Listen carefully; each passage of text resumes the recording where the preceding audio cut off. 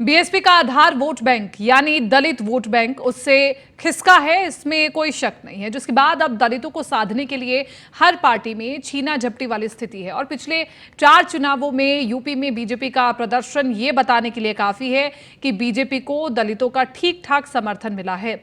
ऐसे में अब कांग्रेस को भी इसी वोट बैंक के जरिए चमत्कार की उम्मीद है और जिसके लिए कांग्रेस में मंथन शुरू हो चुका है। सवाल ये उठता है कि आखिर कांग्रेस के पास ऐसा क्या मॉडल है, ऐसा कौन सा मॉडल है जिसके जरिए दलित उससे जुड़ सकता है। क्या सिर्फ दलित बस्तियों में जाने और संपर्क करने भर से कांग्रेस दलितों का दिल जीत पाएगी? देखिए रिपोर्ट।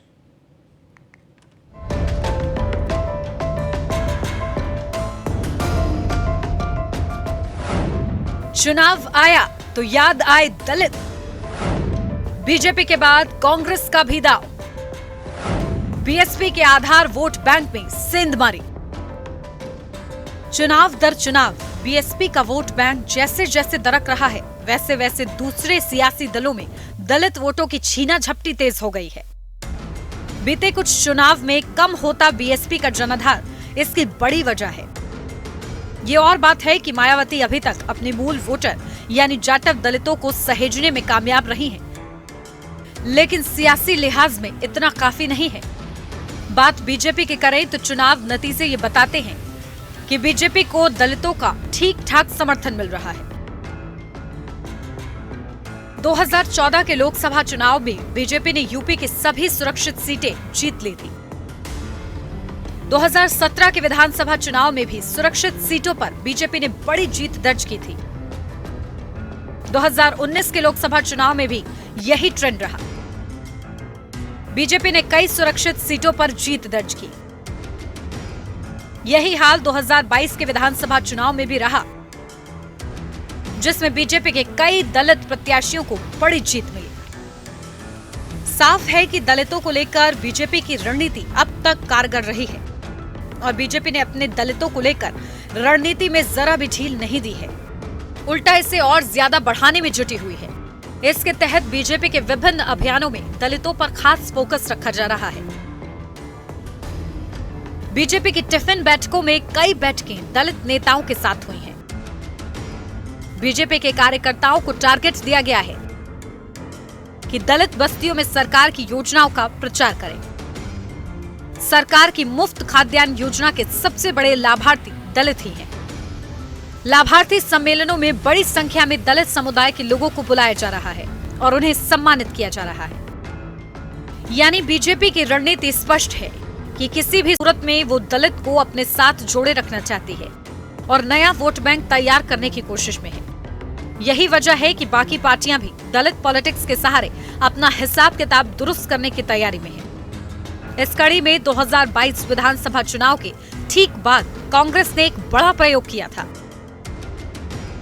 इसके तहत कांग्रेस ने बुंदेलखंड से आने वाले नेता बृजलाल खाबरी को अपना प्रदेश अध्यक्ष बनाया। बृजलाल खाबरी की गिनती किसी जमाने में बुंदेलखंड के कद्दावर बीएसपी नेताओं में होती थी। 1999 में खाबरी जालौन गरौठा सीट से बीएसपी के सांसद चुने गए थे। 2008 में बीएसपी ने उन्हें राज्यसभा में भेजा था। साल 2016 में खाबरी कांग्रेस में शामिल हो गए, लेकिन कांग्रेस में आने के बाद कोई चुनाव नहीं जीत पाए। समझना मुश्किल नहीं कि बहुत अच्छा राजनीतिक रिकॉर्ड न होने के बाद भी अगर कांग्रेस ने दलित चेहरे के तौर पर उन्हें नेतृत्व सौंपा तो इसके पीछे मंशा साफ थी। ये अलग बात है कि खाबरी अध्यक्ष बनने के बाद ना तो उपचुनाव और ना ही निकाय चुनाव में कोई खास प्रदर्शन कर पाए। इसके बावजूद उनकी कोशिश जारी है। कांग्रेस की ओर से दलित बस्तियों में नियमित अभियान चलाया जा रहा है। कांग्रेस कार्यकर्ताओं को दलित बस्तियों में चाय पर चर्चा करने के लिए भी कहा गया है। नुक्कड़ चर्चा के जरिए दलितों को अपनी ओर जोड़ने की कोशिश में कांग्रेस है।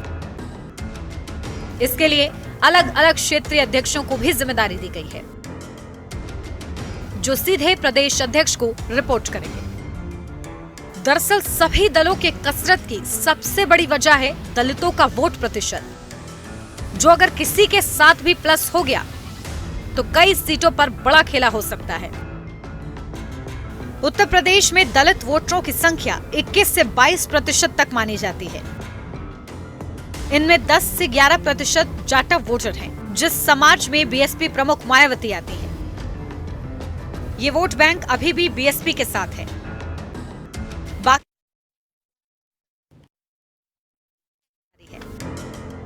बीएसपी की पूरी कोशिश है कि अपने आधार वोट बैंक को बचाए रखा जाए। समाजवादी पार्टी भी दलितों को साधने की कोशिश में है। हालांकि दलित पॉलिटिक्स की दौड़ में अभी सपा काफी पीछे है, क्योंकि परंपरागत रूप से दलित वोटर गैर यादव, ओबीसी वोटर और मुस्लिमों के साथ जाना पसंद करते हैं। इसका प्रमाण 2019 का लोकसभा चुनाव है, जिसमें सपा बसपा का गठबंधन था।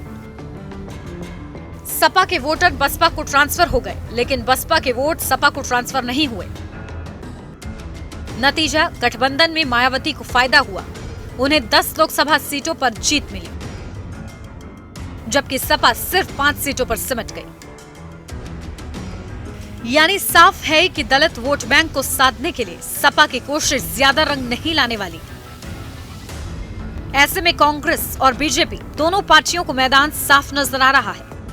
जैसे जैसे बसपा का जनाधार कमजोर हो रहा है, दोनों राष्ट्रीय पार्टियों को अपने लिए संभावना ज्यादा नजर आ रही है।